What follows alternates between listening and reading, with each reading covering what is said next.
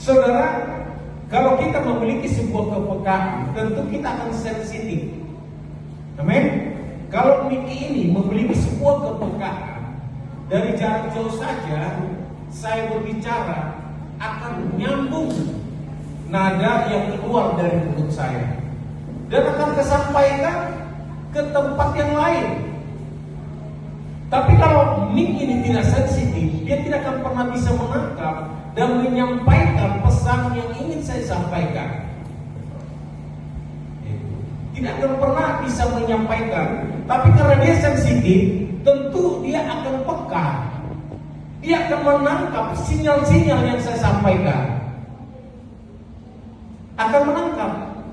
Sama dengan kita, saudara. Kalau kita memiliki kepekaan terhadap Tuhan, kepekaan terhadap Roh Kudus, tentu kita akan sensitif dengan kuasa Tuhan, akan sensitif dengan karya-karya Tuhan. Kalau kita ada Tuhan, kita merasakan sesuatu. Kemarin saudara, di ibadah minggu lalu, saya merasa sangat terberkati sekali dengan ibadah kita. Jujur, saya merasa terberkati sekali.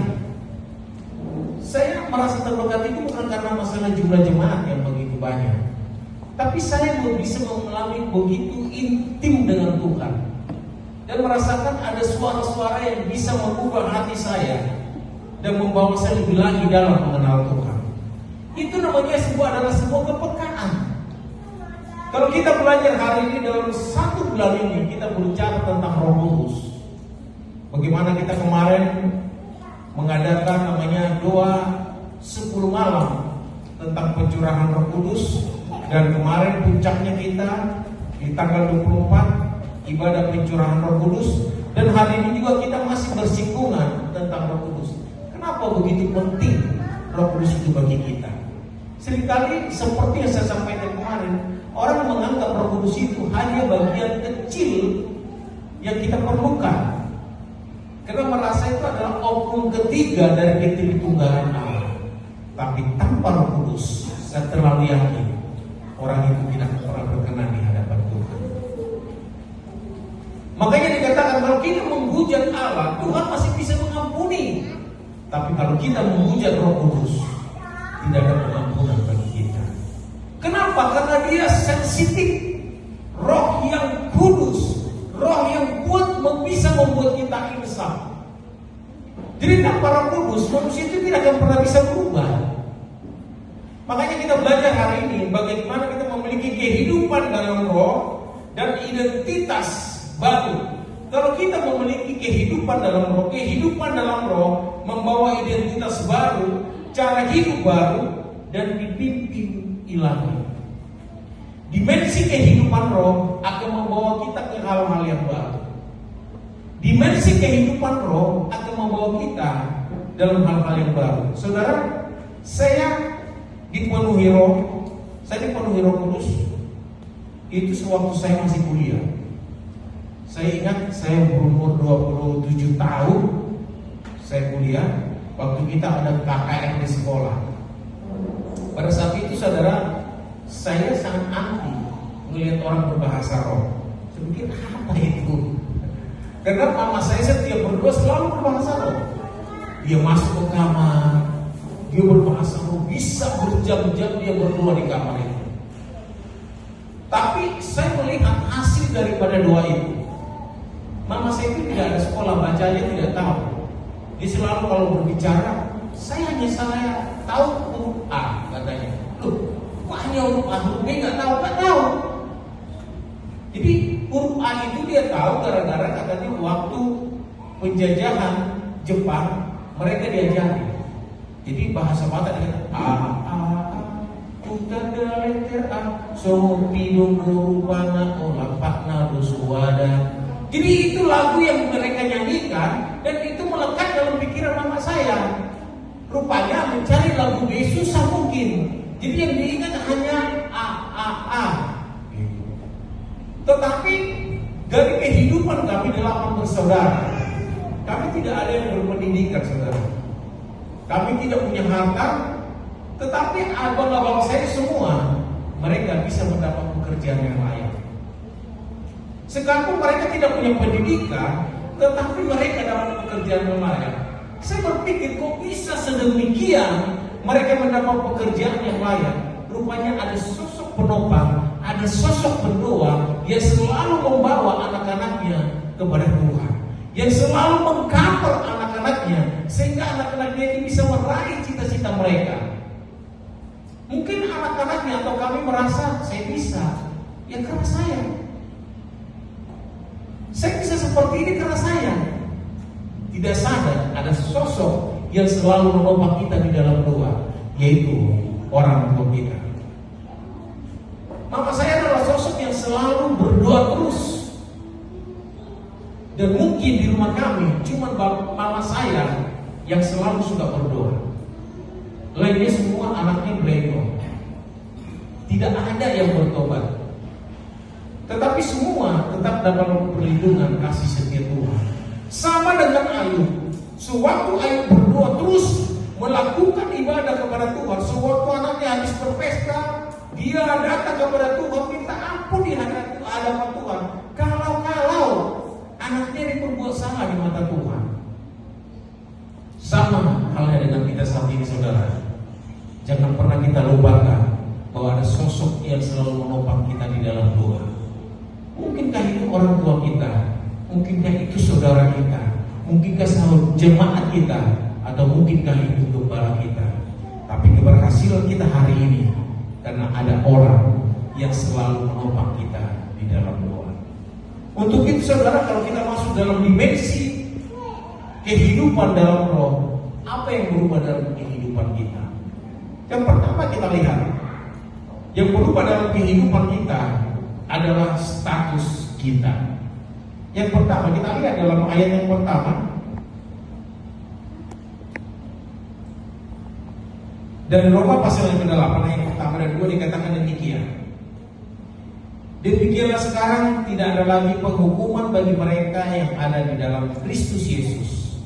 Roh yang memberi itu dalam memerdekakan kamu dalam Kristus dari hukum dosa dan hukum maut. Dikatakan roh yang memerdekakan kamu dari hukum dosa dan hukum maut. Yang sepantasnya kita tidak akan pernah bisa mendapat kehidupan yang layak. Yang sepantasnya kita tidak mungkin mendapat namanya kehidupan yang kekal. Tapi karena Kristus, karena Roh Kudus yang ada bersama dengan kita, status kita menjadi diubahkan. Tidak ada lagi penghukuman. Upah dosa ialah maut. Tapi orang yang hidup di dalam Roh, orang yang dipimpin dalam Roh, keselamatan tersedia bagi kehidupan. Seringkali kita yang memberikan keselamatan kan Yesus. Yes, Yesus adalah jalan keselamatan dan hidup. Tapi kita harus sadar, Roh Kudus itu yang menuntut kita ke arah pertobatan. Kalau kita nggak pernah dijamah Roh Kudus, saudara, kita akan merasa hidup ini berbuat salah, berbuat benar, sama, enjoy saja. Tapi kalau kita ada Roh Kudus dalam diri kita, sewaktu kita berbuat kesalahan, kita akan merasa sesuatu ada yang janggal dalam diri kita. Ada yang janggal. Ada yang di sini yang suka kopi, coba angkat tangan. Yang suka kopi, luar biasa. Coba kalau saudara tidak kopi dalam sehari, ada yang kurang? Kayaknya dunia ini gelap ya, gak cerah. Padahal cerah matahari, rasanya kita mendung. Kayak ada yang kurang dalam hidup kita. Sama halnya kalau kita tidak melakukan hal yang benar, sama halnya kalau kita sudah jauh dari Tuhan, serasa ada yang kurang dalam kehidupan kita. Untuk itu di dalam Kristus, orang percaya dibebaskan dari hukuman dosa. Dikatakan tadi sih, tidak ada lagi penghukuman bagi mereka yang ada di dalam Kristus. Tidak ada lagi penghukuman. Yesus sudah mati di kayu salib menggantikan kita. Yesus sudah mati di kayu salib menggantikan kita. Mau berapa kali Yesus harus salibkan lagi untuk bisa mengampuni setiap dosa dan pelanggaran kita? Mau berapa kali lagi? Saya rasa cukup sekali pengorbanan Yesus, tapi memberikan dampak bagi kehidupan kita untuk selama-lamanya. Identitas kita bukan lagi sebagai orang berdosa, tetapi sebagai anak Allah. Sebagai anak Allah. Saya berkali-kali sampaikan ilustrasi di tempat ini, saudara. Kalau tiba-tiba hari ini kita diangkat menjadi anaknya Prabowo, kalau kita tiba-tiba diangkat menjadi anaknya Prabowo, mungkinkah kita akan sembarangan hidup kita? Mungkinkah kita akan makan di warteg dengan sembarangan? Atau pergi kemana dengan semaunya kita sendiri? Tidak, saudara. Akan ada aturan-aturan kemanapun langkah kita. Mereka harus pantau dan tahu. Kenapa? Karena kita selalu dijaga, dan orang-orang yang selalu dijaga dan orang-orang yang selalu menjaga identitas diri. Identitas diri kita ini tidak akan pernah sama dulu, sekarang, dan selamanya. Sebelum kita mengenal Tuhan, mungkin identitas kita merasa, oh ya, saya gak apa-apa kalau kemana-mana.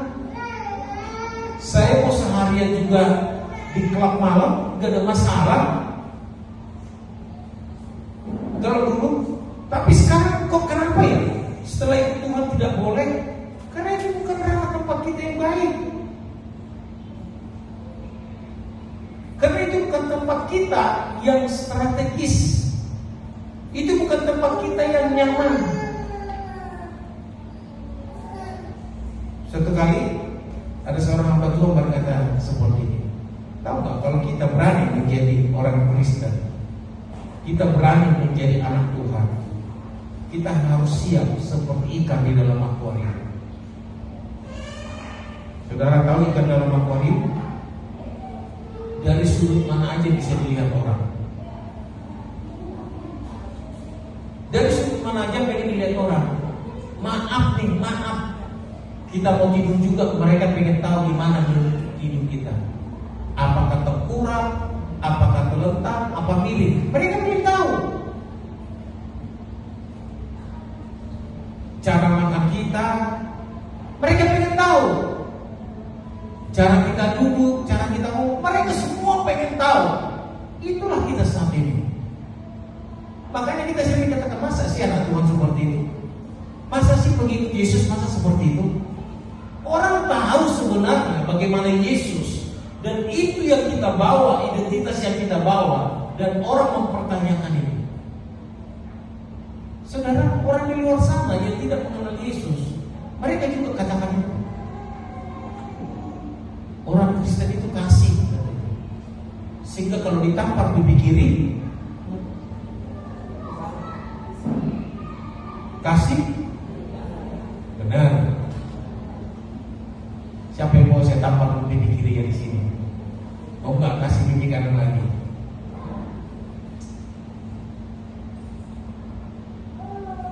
Nggak ada yang mau? Oh, berarti nggak ada yang mau ya? Iya. Kan kalimat ini artinya kita harus pemaaf. Kita harus memberikan maaf bagi siapapun. Kalau ditampar pipi kiri, kasih pipi kanan, maksudnya kita tidak ada kesempatan untuk membalas segala kejahatan yang orang sudah buat sama kita. Mungkin saya sudah pernah sampaikan di tempat ini. Tahun 2000 saudara, tahun 2000 ya. Sebelum Covid tahun 2000 ya. Tahun 2020, 2019. Tahun 2000 tepatnya, tahun 2000. Waktu itu kami sudah pulang dari kampung, karena kebetulan mertua saya meninggal waktu itu. Kami pulang kampung, dan itu terakhir kali kami memakai mobil yang kami miliki. Tiba-tiba tiba-tiba ada seorang jemaat waktu itu, Pak, boleh nggak daripada nganggur BPKB Bapak di rumah, boleh nggak saya sekolahin? Saya tanggung jawab bayar. Saudara pikir saya juga berapa juga ya nganggur di sini, kalau bisa menjadi berkat bagi orang lain. Ya mungkin ini sebuah kebodohan bagi saya di mata orang gitu kan. Saya kasih saudara. Lalu dia pakailah BPKB ini untuk pinjam uang ke bank. Pakai, dan rumahnya cukup besar saudara. Karena mobil baru lunas. Artinya baru umur 5 tahun. Wah, dia pakai, dia pinjam kalau nggak salah 150 juta. Karena kebetulan dia punya usaha, dan kita nggak ada masalah. Itu berjalan sampai 3 bulan saudara. Bulan berikutnya dia nggak sanggup bayar lagi. Kenapa? Karena COVID waktu itu merajalela dan orang tidak sanggup untuk bayar pinjaman mereka. Waktu itu akhirnya dia nggak ngomong ke saya, dan saya ditelepon terus dari pihak bank. Masalah ini kok nggak dibayar, Akhirnya sampai berjalan 5 bulan nggak dibayar saudara. Dan dia nggak ada komunikasi. Saya diblokir, nomor WA saya diblokir, dan kita nggak bisa komunikasi. Hilang dia. Akhirnya saudara, karena mereka terus datang ke rumah dari pihak bank, dari pihak leasing mereka datang terus. Sementara bukan kita yang pakai duitnya. Akhirnya apa saudara? Udah, saya kasih aja mobilnya. Gampang kan? Enak gak saudara? Enak? Enak. Gampang? Gampang. Luka gak di hati? Saya merasa luka saudara. Istri saya berkata gini, 60 kali saya bayar, tidak pernah telat 1 hari pun. Dan saya membayar itu bukan karena saya punya uang. Saya upayakan bagaimana saya bisa jualan, bisa ini, untuk bisa bayar mobil itu. Tiba-tiba dengan sekejap lenyap. Saya bilang udah, gak apa-apa, ikhlaskan aja. Gampang kan ngomong ikhlas? Gampang. Tapi saya bilang hampir 1 bulan istri saya merengek terus, nangis terus. Akhirnya saya bilang gini, kamu mau saya tangkap orangnya? Oke. 1 kali 24 jam saya akan bisa bawa orangnya ke sini. Tapi cuma jantungnya saja. Dia berarti kamu mau bunuh dia? Ya berat dong bawa dia, saya bilang. Kalau jantungnya kan bisa bawa di plastik. Kalau gitu gak usah. Akhirnya sudahlah, itu sudah rencana Tuhan. Sudah selesai tugas kita. Orang tua saya tidak ada lagi, mertua saya sudah tidak ada lagi dua-duanya. Artinya untuk pulang kampung mungkin masih punya waktu untuk lama bagi kita. Dan semua adik-adik saya sudah menikah, saya anak bungsu, dan tidak mungkin pulang kampung ada yang mau kawin. Mungkin kalau pulang adik itu mungkin masih menunggu waktu yang cukup lama. Untuk mengikhlaskan itu saudara susah. Tapi saya berpikir ini adalah rencana Tuhan. Ikhlaskan aja. Kayaknya saya ikhlaskan saudara. Dan sampai detik ini saya tidak pernah membujak dia. Dan sampai saat ini saya tidak pernah mengutuki dia. Bahkan sampai saat ini saya ajarkan buat anak saya, buat istri saya, doakan dia dari berkat Tuhan. Doakan dia dari berkat Tuhan. Penting buat kita saudara, apa yang diperlakukan orang sama kita yang tidak baik, itu bukan urusan kita untuk membalas. Itu urusan Tuhan. Tapi urusan kita sebagai cerminan Kristus tetap berbuat baik terhadap siapapun. Amin.